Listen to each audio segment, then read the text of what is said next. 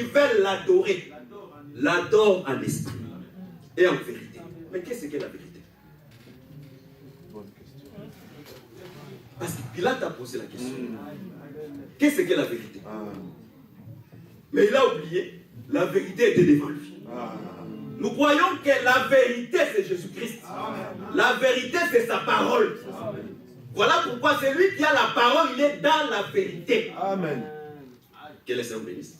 C'est-à-dire, on peut seulement, c'est lui qu'on saura quelqu'un comment il adore Dieu.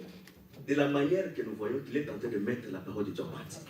De la manière que nous voyons la personne qui met la parole de Dieu, il est en train de surmonter les difficultés et les problèmes en avançant dans la vie. Parce que c'est lui qui a vaincu Dieu.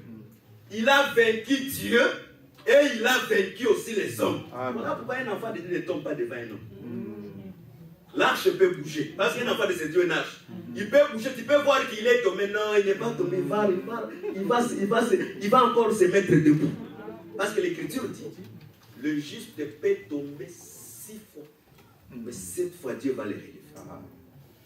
Dieu relève toujours les justes. Mais si tu n'es pas juste, tu tombes. Tu tombes pour tomber pour l'éternité. Que le Seigneur bénisse. Voilà pourquoi dans l'assemblée, nous voulons plus, non, les gens seulement qui écoutent comme les disciples dans le chemin d'Emmaüs. Oh, le Seigneur, les crocodiles étaient entrés. C'est bien, ce sont des mystères. Il est passé par ici. Il est entré par là. Quand il est sorti, c'était... Le Seigneur parlait avec les... Mais les gens s'éloignaient encore de Jérusalem. Nous devons encore rentrer dans les choses élémentaires de la parole. Nous devons encore vérifier. Même pour chanter ici, ça va changer. Ça ne sera pas comme c'était avant. Tu chantes ici, tu réponds à tous les critères. Parce que nous, quand on prêche ici, nous prêchons en répondant à tous les critères d'un prédicateur. Moi qui vous prêche ici, si vous m'attrapez dans le péché, vous n'allez pas accepter que je vous prêche. Donc de la même manière, moi je ne peux pas aussi accepter celui qui ne vit pas conformément à la parole, qui se lève ici pour chanter. Non, ça ne se fera plus. Merci docteur. Merci. Merci. Il faut que chaque chose, nous sommes au temps où nous devons quitter l'enfance. La marche a le temps, on a trop marché. Mais quand on retombe encore sur la même situation, on doit avancer. En avançant, on doit maintenant camper tout autour de l'adoration, chacun selon son bannière et en vérifiant quel est l'âge qu'il a pour s'élever devant les gens. Quand il n'y a pas l'âge, tu restes dans les bancs. L'âge, ce n'est pas l'âge naturel comme ça. L'âge, c'est la nouvelle naissance. Parce que Dieu commence à compter quelqu'un quand il traverse la mer Rouge. Amen. Merci. Parce que quand tu reçois le Saint-Esprit, le premier rôle du Saint-Esprit, c'est de te convaincre de ce qu'on appelle le péché et de ce qu'on appelle la justice. Le Saint-Esprit, pour adorer Dieu, c'est le Saint-Esprit qui vient habiter en nous. Parce que le seul qui a respecté la loi de Dieu sur la terre, c'est le Seigneur Jésus. Voilà pourquoi il est revenu sous forme du Saint-Esprit dans notre corps. Pour maintenant faire un culte, la nature humaine ne peut pas faire un culte à Dieu. Mais le Saint-Esprit, quand il vient dans ta vie, c'est le Saint-Esprit qui est le sacrificateur de culte dans ta vie. Voilà pourquoi le premier unité de mesure, quand on donne un genre d'unité de mesure, premièrement, c'est mesurer la vie. Dans la longueur, dans la hauteur, dans la largeur et dans la profondeur.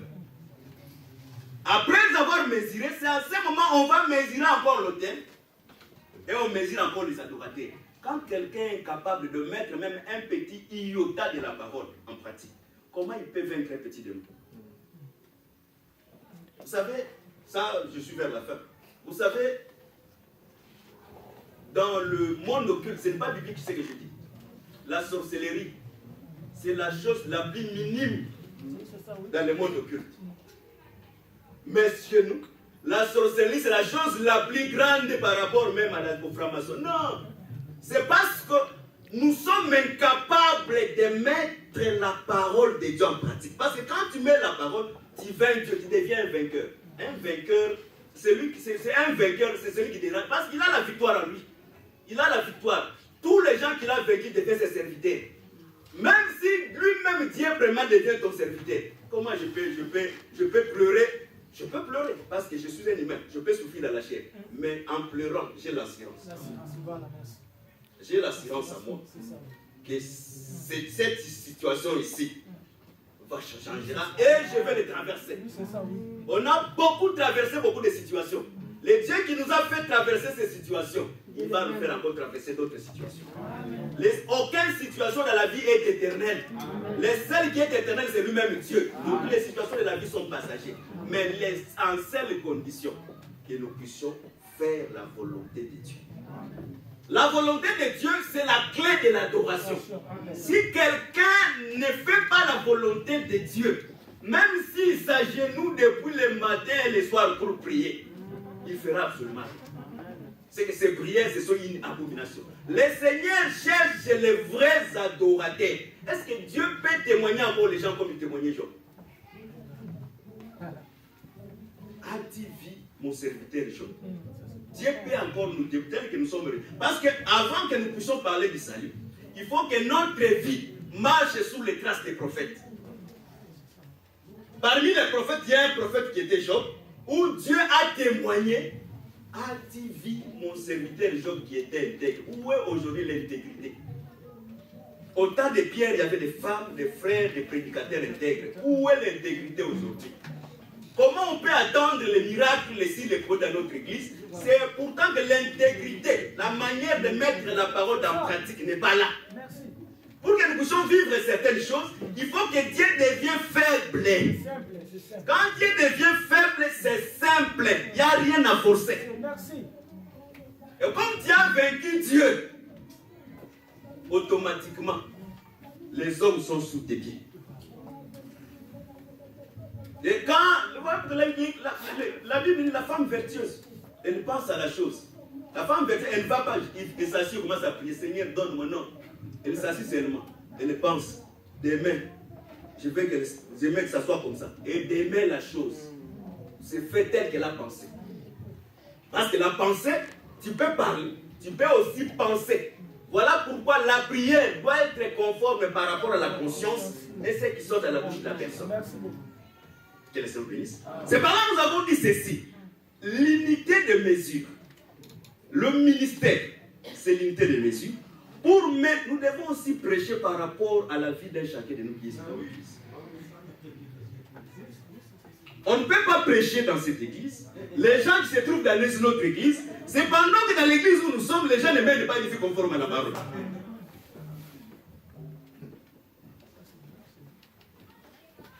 Voilà pourquoi dans cette église, j'ai dit le dimanche, les sacrificateurs n'ont pas le cœur.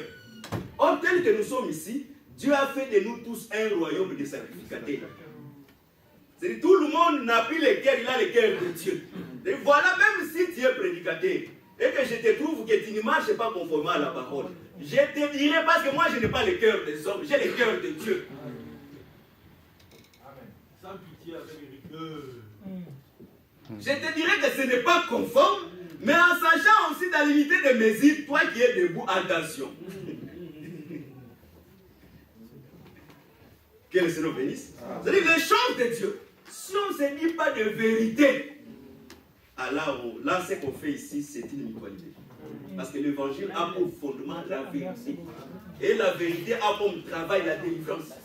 Vous connaîtrez la vérité et la vérité vous apprend. C'est ça même la charité. La charité, ce n'est pas donner les biens au peuple. Ça, c'est Paul. Même si je peux donner tous les biens aux pauvres, ce n'est pas ça la charité. C'est pour dire que ce n'est pas ce que les kimbanguistes font. C'est ça la charité. Mais ça n'empêche pas aussi nous qui ne puissions le faire. Mais ce n'est pas ça la charité, donner les biens aux pauvres. La charité, c'est premièrement faire la volonté de Dieu. Parce que c'est ça le lien de la parole. Pourquoi l'apôtre Pierre dit, Dieu nous a donné tout, afin que ça puisse nous contribuer à la piété, à la vie, et à atteindre la nature divine. Tu ne peux pas prier si tu n'as pas atteint la nature de devenir un Dieu. Comment tu peux devenir Dieu quand tu deviens toi-même parole faite chair? Il faut que quand tu marches, nous lisons les Écritures au travers de toi. Cette sœur ici, les œuvres qu'il est en train de faire, c'est les œuvres de Dieu. Cette sœur ici, vraiment, quand tu commences à prier, le respect, la manière que ça c'est comme ça que nous allons lire Dieu en toi. Mais quand tu traverses, nous lisons les Jézabel, nous lisons les Akab, nous lisons, tous les gens qui marchent contraire à la parole, c'est là où nous lisons en fait. Non, ça ce n'est pas la parole, ça ce n'est pas la vraie nature des enfants de Dieu. Il faut que quand on mesure, on trouve que la mesure ici, c'est la même mesure avec Sarah. La mesure ici, c'est la même mesure avec Abraham. C'est ce que le frère a fait. Abraham aussi avait fait cela. C'est ça la vraie unité de mesure. Quand nous sommes réunis ici, c'est pour adorer Dieu. Or, Dieu, c'est le centre de notre culte. Or, pour que Dieu soit le centre de notre culte, le ministère doit mesurer chacun, afin que chaque personne soit à sa place. Voilà pourquoi quand nous prêchons, c'est aussi dénombrer, mettre chaque personne à sa place. Toi-même, vous savez, des fois, l'église, vous savez, quand on était encore dans les groupes de prière, quand quelqu'un était dans le péché, lui-même fouillait même prêcher. Sans pourtant qu'on l'interdit. Lui-même, il se sent impire quand, non, je ne peux pas aller prêcher en état dans cet état. Tu vois, la scène, tu vas chanter, non, je ne vais pas chanter, moi je ne me sens pas bien. Lui-même, sa propre conscience, lui dit de s'asseoir, de ne pas se lever. Mais aujourd'hui, Dieu est devenu comme l'ami même dans le pays. Non, Dieu n'est pas comme ça. Vous croyez tromper les hommes, mais vous ne trompez pas Dieu. Parce que Dieu est au contrôle de toutes les choses. Voilà pourquoi l'apôtre Paul peut dire à Timothée, quand tu sers Dieu avec une foi et une conscience sincère. On doit être sincère en servant Dieu. La sincérité, c'est la clé pour servir Dieu. Quand on n'est pas sincère en soi-même, même moi qui vous prêche ici, quand je ne suis pas sincère, tout ce que je vous dis, c'est des mensonges. Oui, c'est ça, oui. Amen. Oui. Que les sœurs bénissent. C'est-à-dire l'unité de vaisseau. C'est afin que nous puissions mettre la parole de Dieu en pratique. Or, quand on met la parole de Dieu en pratique, on devient comme une maison qui est bâtie sur les sables, qui est bâtie sur les rocs. Quel que soit le vent, quel que soit les torrents, la maison reste stable. Mais on comprend, quand il y a un problème, la personne est emportée. C'est parce que c'est une maison qui est bâtie sur les sables. Quand le vent vient, le vent, ce n'est pas seulement les problèmes dans l'église. Même les problèmes dans la maison peut emporter quelqu'un et l'égarer loin de la foi. Mais celui qui met la parole de Dieu en pratique, il est stable. Quel que soit le vent, quel que soit les torrents, il reste stable. Voilà pourquoi nous disons dans cet évangile, nous, on n'a pas pris pour les hommes. Je peux t'attraper dans le péché, ne crois pas que moi je vais m'égarer. Parce que je sais que tu es un homme. Que tout homme, il faut marcher avec cette fille. Tout homme, premièrement, c'est un menteur. C'est-à-dire, quand je te vois dans le péché, je comprends que c'est un menteur. Mais moi, je reste ferme, mes yeux fixés vers le rémunérateur. Nous venons ici pour Christ, nous ne venons pas pour les hommes. Si c'était pour les hommes, beaucoup de gens ici ne pouvaient pas venir. Mais si nous venons, parce que nous avons les yeux fixés vers les rémunérateurs. Adorer Dieu, c'est aussi respecter chacun qui quitte sa maison pour venir prier ici.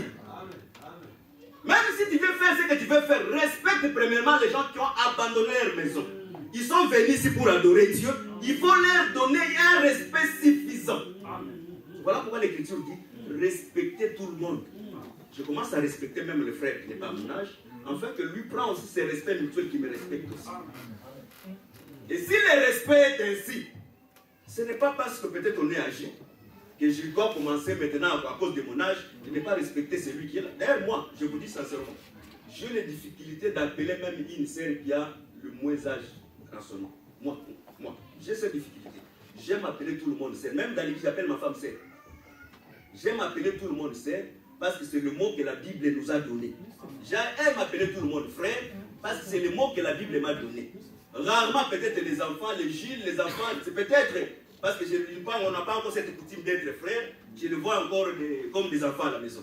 Mais tout le monde qui a l'âge de sœur, je l'appelle sœur ou je l'appelle frère. C'est comme ça, dans une église où on doit marcher, les respects les uns et les autres, en respectant le bord, que ta liberté ne devient pas une libertinage pour les autres. Fixe-toi des limites de quand tu viens adorer. Quelqu'un des tribus de Lévi, des Ribins, ne pouvait pas camper derrière les tribus de Juda. Campe sur la position que tu es en train de camper. Tu es venu dans le culte, ton corps c'est un culte, et nous tous nous venons former un seul corps, Que le Seigneur vous bénisse, on se limite ici. Nous allons écouter dans la prière.